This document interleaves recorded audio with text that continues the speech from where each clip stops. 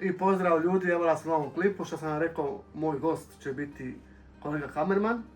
Neće biti pred kamerama, neće njegovo lice biti, radi u privatnoj firmi u Njemačkoj, ali će on kuhati bez njegovog lica.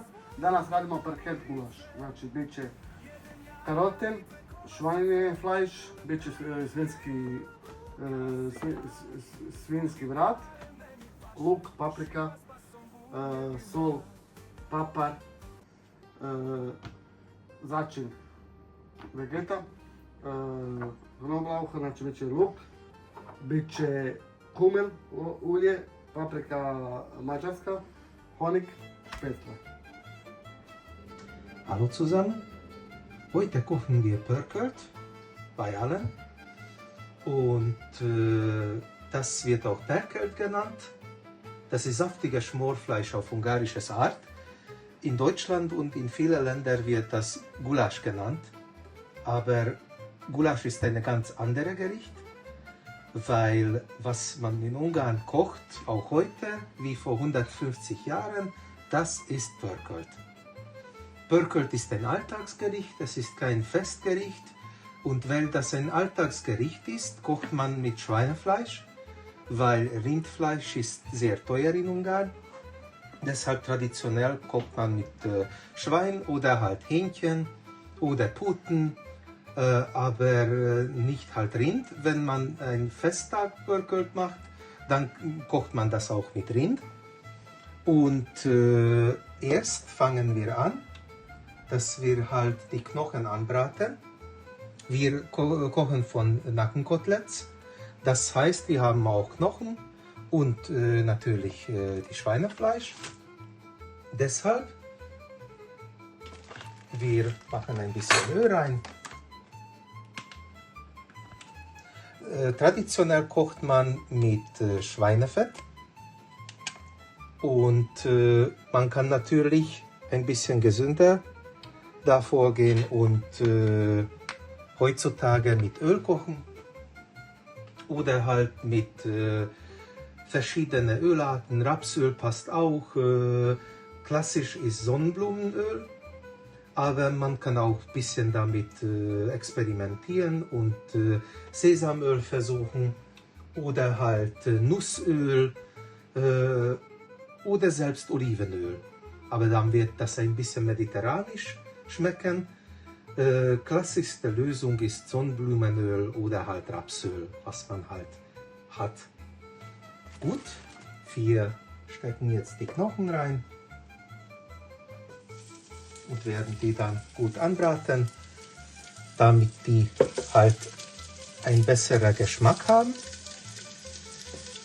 Knochen sind wichtig, auch in Suppen, aber viele Leute vergessen, dass man auch Knochen in Eintopfen und Schmorfleischgerichte halt benutzen sollte, weil Knochen geben viel Geschmack. Auch Fett natürlich. Fett ist primärer Geschmack, aber Knochen geben auch ein sehr guter sekundärer Geschmack. Bis das hinschmort und ein bisschen anbratet, werden wir die Zwiebeln vorbereiten. Bitte nicht vergessen, viele Leute schneiden bei Pörkl, bei Gulasch, die Zwiebeln wie beim Lecco oder Satarasch. Ich zeige, wie das geht. Wenn wir so schneiden, halbe Ringe, das ist Lecco. Bei Pörkelt muss man die noch einmal durchschneiden. Das ist, diese kleinen Stücke sind verpörkelt. Erst schneidet man ein bisschen ein. Man muss nicht gegenschneiden, weil wenn wir das einmal einschneiden, wird das schon in kleine Stücke zerfallen. Das ist dann unnötig, die noch einzuschneiden. Ein bisschen nachschneiden, gucken, dass es passt. Das wird schon wegschmoren und alles hier wird zu Saft. Deshalb muss man das locker ansehen. Es muss nicht perfekt sein. Gut, dann eigentlich Was heute in Ungarn Gulyás genannt wird, ist die Gulyás-Suppe. Was wir heutzutage in Ungarn kochen, Gulyás genannt, ist Gulyás-Suppe. Gulyás-Suppe hat Rind und Schwein, aber die Basis von Gulyás-Suppe wird genauso vorbereitet wie pörkölt. So, die zwei Gerichte sind identisch. Gulyás-Suppe hat auch ein Pörkölt-Anfang und dann wird das mit Wasser aufgelassen, wenn man Knochen hat, weil für Suppen auch Knochen sind sehr wichtig. Die Knochen auch gut anbraten, dass sie ein bisschen Farbe kriegen. Es macht natürlich das Mischen ein bisschen schwerer.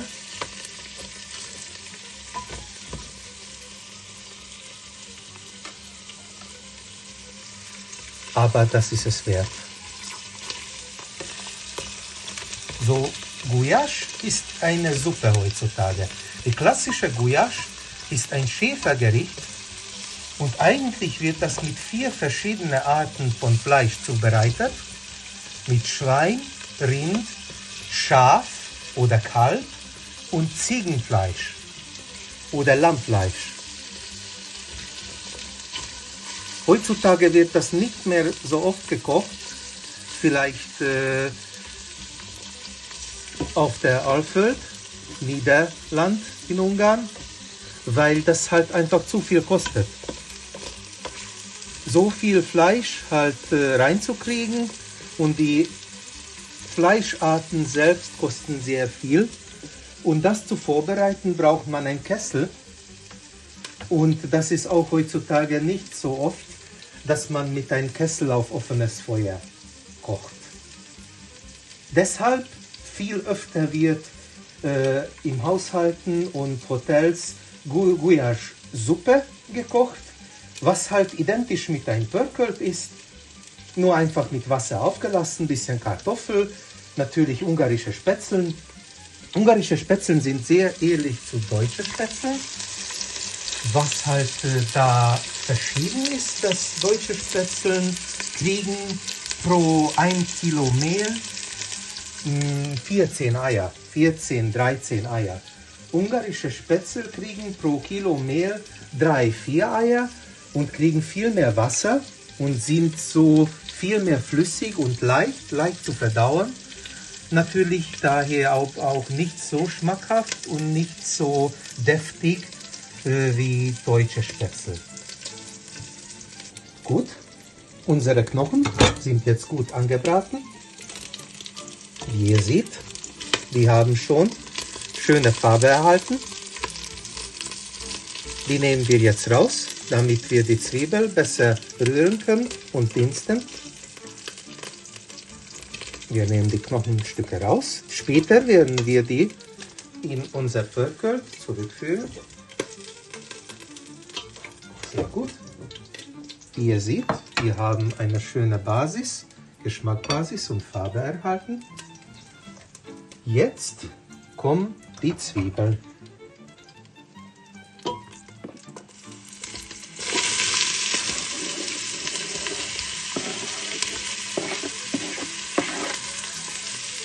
Die Zwiebeln müssen wir nicht scharf anbraten. Wir gehen zurück auf Stufe 3. Solange wir all die Zwiebeln vorbereitet haben. Was ist wichtig? Die Zwiebel so lange anbraten, dünsten, bis die halt eine ganz andere Duft haben und knackig sind. Gläsartig, Gläser und knackig. Man kann schon jetzt natürlich Salz und Pfeffer dazugeben, weil halt Salz und Pfeffer können nicht so schnell verbrennen. Und die werden auch ein bisschen geöffnet. Und nach Salz und Pfeffer werden wir natürlich Paprikapulver einführen. Wir rühren es Wir müssen ein bisschen Öl noch dazu geben. Nicht zu viel, nicht zu wenig. Einfach mit Gefühl.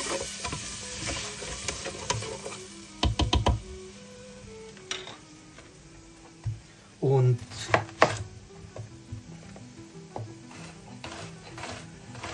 wir braten auch die Paprika an. Meistens für Kinder oder ältere Personen macht man die Paprika später rein. Aber so für Leute zwischen 18 und 50 Jahren kann man die Paprika auch ein bisschen anbraten. Und so halt den Geschmack öffnen. Das wird halt Öffnung genannt. Damit wir die Paprika auch einen Bratgeschmack zugeben. All unsere Zwiebeln sind jetzt da.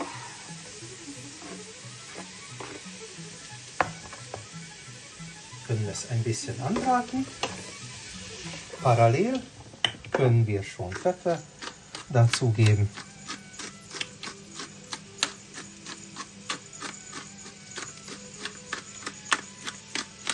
Es sollte schon genug Pfeffer haben.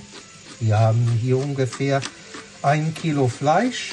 Dazu braucht man schon so mindestens 20 Körner, Pfefferkörner. Deshalb wirklich genug Pfeffer da reintun.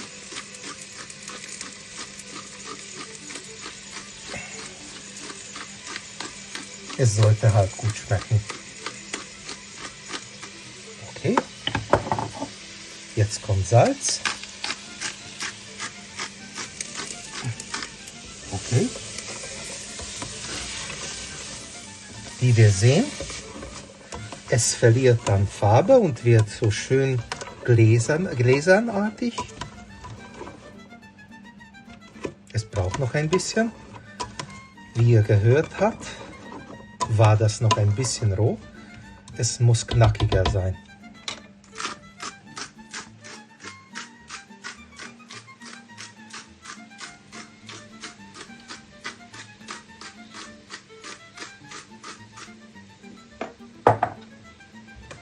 Langsam kann man auch die Paprikapulver da rein tun und zusammen mit den Zwiebeln halt lassen, dass es ein bisschen Farbe zieht, aber nicht verbrannt. Sehr wichtig, dass es darf niemals ganz dunkelbraun oder schwarz sein. Da muss man halt auch Gefühl zeigen. Die Zwiebeln dürfen nicht verbrennen. Wie wir sehen, die Zwiebeln sind schon schön gläsern und wenn man die einfach knickt, hört man, dass die schon wegspringen. Die sind nicht roh, sondern die springen.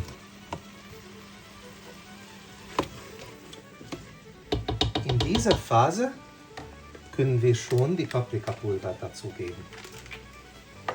Wir haben heute ungarische Gewürzpaprika, gemahlen, erste Klasse.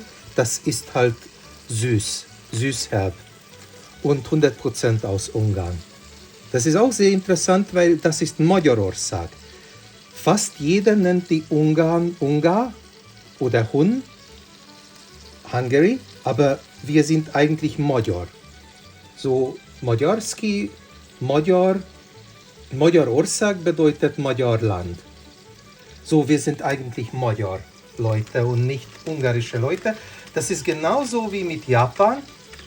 Die Franzosen sind da halt hingereist und die Leute haben gesagt, wir sind Nihon. Und die haben gehört, Nihon, Japones und so wurden die Japaner, aber die heißen eigentlich Nihonjin. Japanische Leute sind Nihon-Leute. Und das ist genauso wie mit Ungarn. Jeder hat gedacht, okay, früher waren die Hunden, jetzt wir nennen die Ungar.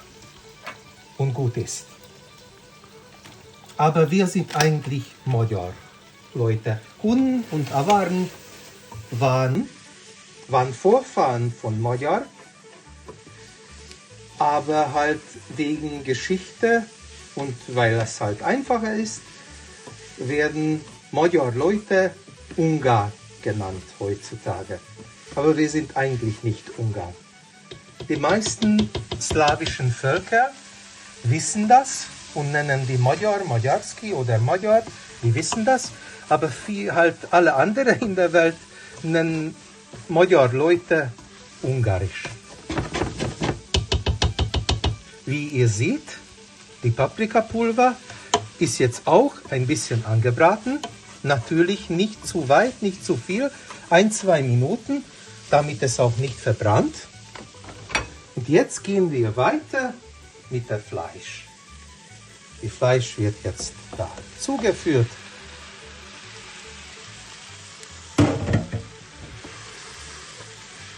Wie ihr seht, das Fleisch ist klein geschnitten. Das ist so traditionell. Was man halt sehr oft im Video sieht, wenn man Gulasch kocht, alle Leute schneiden das Fleisch unglaublich groß. Das ist falsch. Warum ist das falsch? Natürlich je nach Geschmack und je nach Stil, wie man möchte, aber halt traditionell ist der Fleisch immer klein geschnitten. Das hat mehrere Vorteile. Man kann das Fleisch besser portionieren, es wird besser anbraten, es wird mehr Geschmack erhalten und es hat eine bessere Ratio Prozent zu Spätzle. Gut, wie ihr seht, jetzt braten wir das Fleisch an. Und warum ist es wichtig, dass die Fleischstücke klein geschnitten werden? Das hat auch traditionelle Gründe. Ungarn ist kein reiches Land. Deshalb ist es ein bisschen elitistisch, Fleischstücke so groß zu schneiden. Aber das ist nur in ungarischer Hinsicht. Normalerweise schneidet man Pörkelstücke fein und klein. So ist es halt üblich in Ungarn. Es ist nicht üblich, dass man Fleischstücke so groß schneidet, fast wie Mini-Steaks. Okay, jetzt geben wir Lorbeerblätter rein. Das ist üblich für Schweinefleisch in Pörkelt. 1 oder 2 Stück, ich nehme 2, eine große und eine kleine. Dann kommt auch Knoblauch rein, auch frisches und trockenes Knoblauch.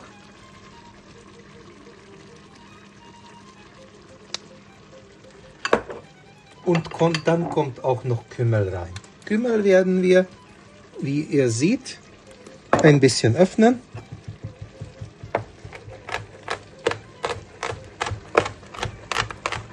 Man kann auch eine Reduktion kochen. Wie kochen wir eine Reduktion? Wir öffnen die Kümmel, stecken es in Wasser rein, wir kochen es auf und dann wir sieben es und so geht das rein. Oder wir nehmen einfach gemahlenes Kümmel. Alle Optionen sind akzeptabel. Wir werden es ein bisschen auch so drücken.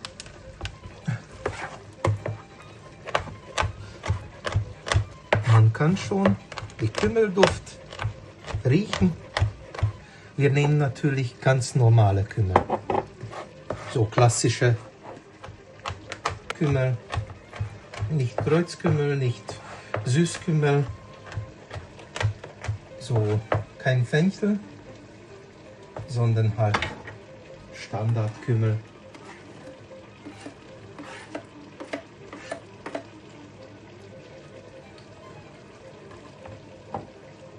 Wir können noch ein bisschen dazugeben. Das hilft auch mit der Verdauung.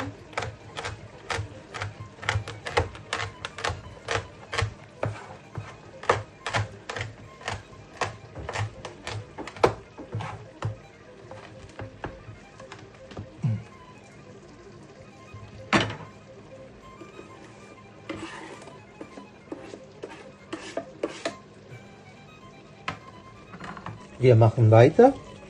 Jetzt kommt der Knoblauch.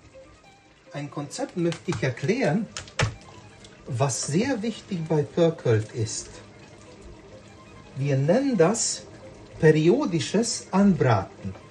Das ist, was wirklich ein Pörkölt ausmacht. Viele Leute kochen nur das Pörkölt und das ist oft nicht genug, um wirklich ein authentisches Geschmack zu erhalten. Wie können wir halt Pörkölt noch geschmacksvoller gestalten? Das ist ganz einfach.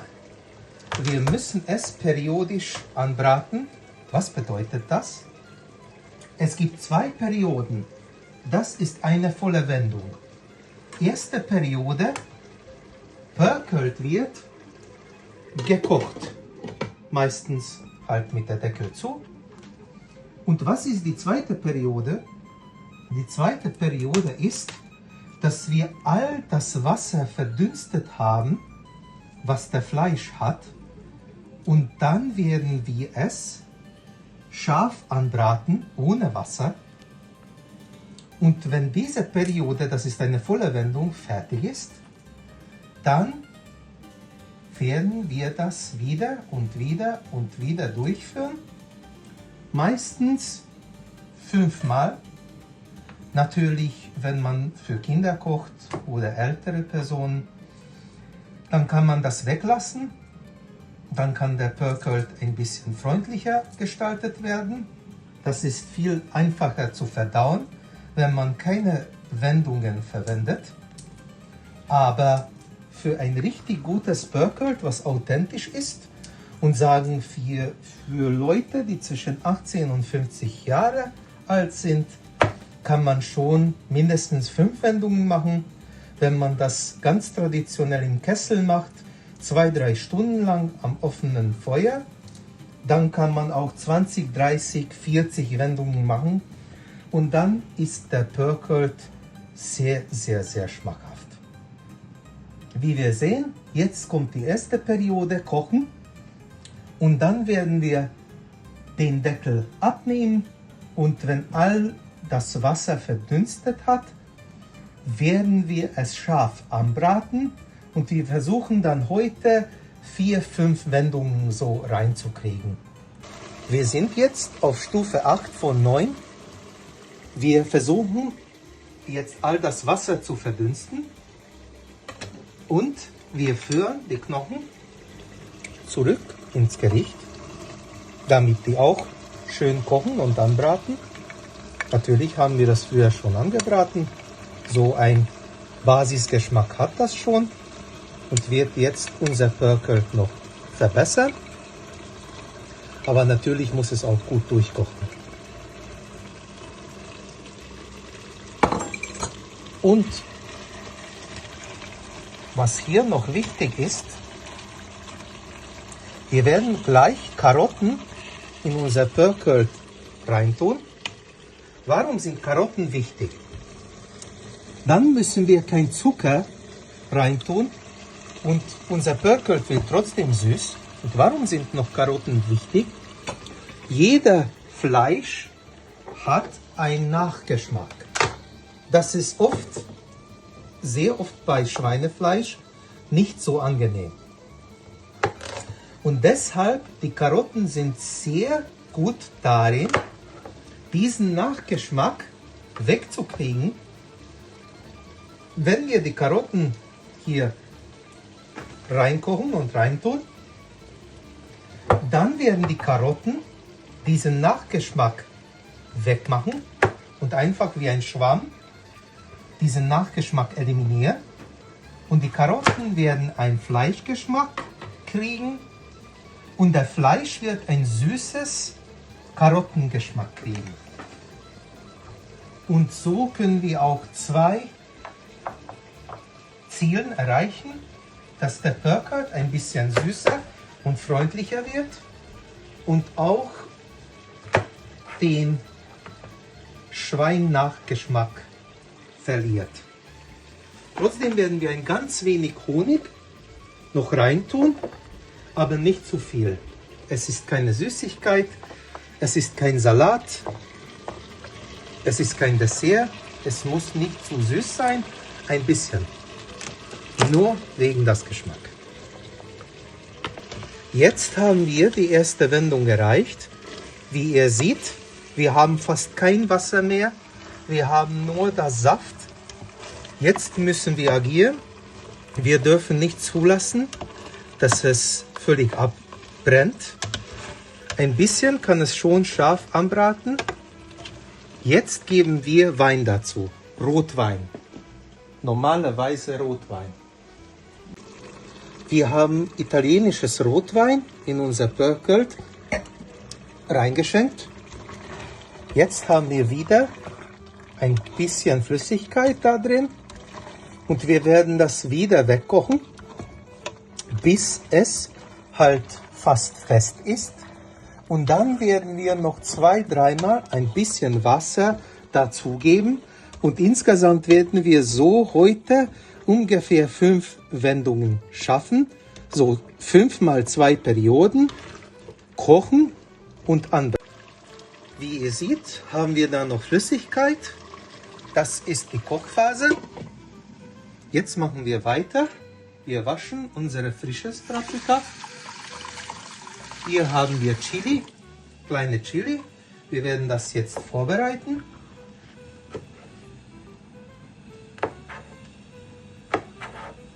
Früher konnte ich viel mehr scharf halt wirklich vertragen. Heutzutage ist es ein bisschen schwerer, deshalb mache ich es heute ein bisschen leichter. Ich öffne die Chilis und werde halt hier den Nerv, was die meiste Schärfe hat, einfach rausschneiden und auch die Kerne halt heute rausnehmen. Dann haben wir all das Geschmack, aber nicht all die Schärfe. Das ist auch ideal für halt Personen, die nicht so viel Scharfes vertragen können. Das kann halt wegen Medikamente sein, das kann halt wegen Geschmack halt so passieren. Jetzt brauche ich das auch, dass es halt nicht so scharf wird.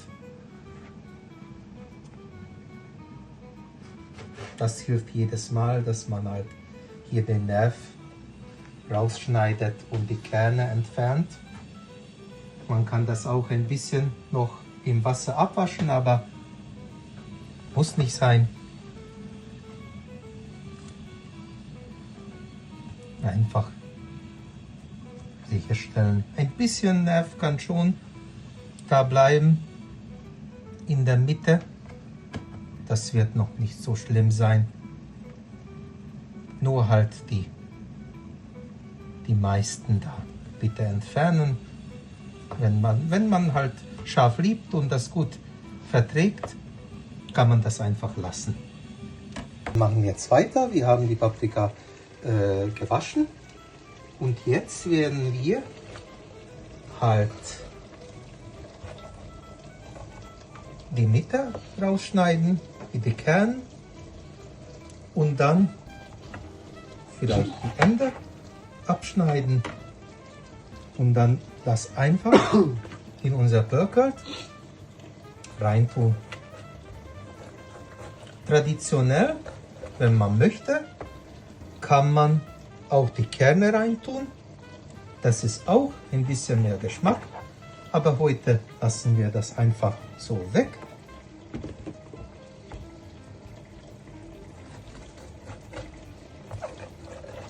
Und später können wir halt die frische Paprika, das ist nur für Geschmack, einfach da rausnehmen. Wir werden auch jetzt unser Honig da reintun. Wir nehmen etwas, was kleiner ist. Das ist genug, so 2-3 Teelöffel, Kaffeelöffel. Es muss nicht mehr sein. Es ist halt kein Dessert, ist ein Hauptgang. Aber ein bisschen Süße und Honiggeschmack kann kann es noch gut vertragen. Wir haben jetzt die dritte Wendung erreicht. Das ist schon die vierte Phase. Wie ihr seht, haben wir wieder ein bisschen Flüssigkeit, aber wir werden noch ein bisschen Wasser dazu geben. Und dann, wir warten, bis die Paprika hier ganz weich wird und all seinen Geschmack unser Pörkölt halt zugeführt hat. Und dann, wenn wir die vierte Wendung erreicht haben, die letzte Phase, und wir werden es noch ein letztes Mal anbraten, die fünfte Phase, dann werden wir unser Pörkölt abschmecken. Das dauert so ungefähr den ganzen Prozess 1 Stunde. Wir haben die fünfte Wendung erreicht. Wir haben noch ein bisschen Flüssigkeit da. Wir werden jetzt unser Spätzle vorbereiten. Wir nehmen die gekochte Knochen hier raus und die gekochte Paprika, weil sonst haben wir nicht genug Platz, um zu servieren. Wir müssen das ein bisschen vereinfachen. Wir werden jetzt unser Pörkölt kosten, abschmecken. Es ist optimal. Und dann werden wir die Spätzle fertigstellen. Wir haben hier eine kleine Küche, deshalb haben wir die Spätzle nicht frisch zubereitet. Aber das werden wir mit unserem Pörkölt kompensieren. Wir haben die Spätzle mit ein bisschen Salz, Pfeffer und Muskatnuss und ein bisschen Margarin zubereitet. Manchmal kann man auch Butter nehmen. Heute haben wir halt Butterersatz genommen. Jetzt werden wir unser Gericht fertigstellen.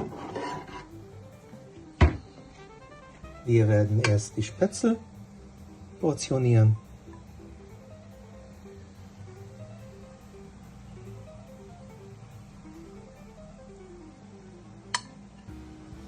Diese Spätzle sind viel deftiger und nährstoffreicher, deshalb nehmen wir ein bisschen weniger als von ungarischen Spätzle.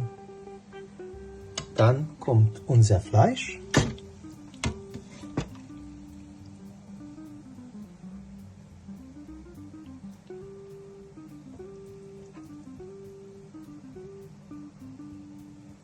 Wir nehmen auch für Dekoration ein bisschen Karotten. Und dann hier haben wir schon Paprika vorbereitet.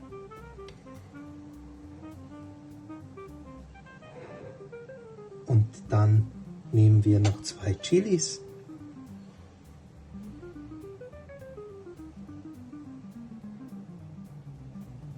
Und wir sind fertig. Jó étvágyat, dober ték, guten Appetit! I u današnjem klipu ste vidjeli mog kamermana, moj gost. Nije bio pred kamerama sa licem, ali kuhao sa srcem i sa dušom. Kuhao je perkelt, mađarski gulaš.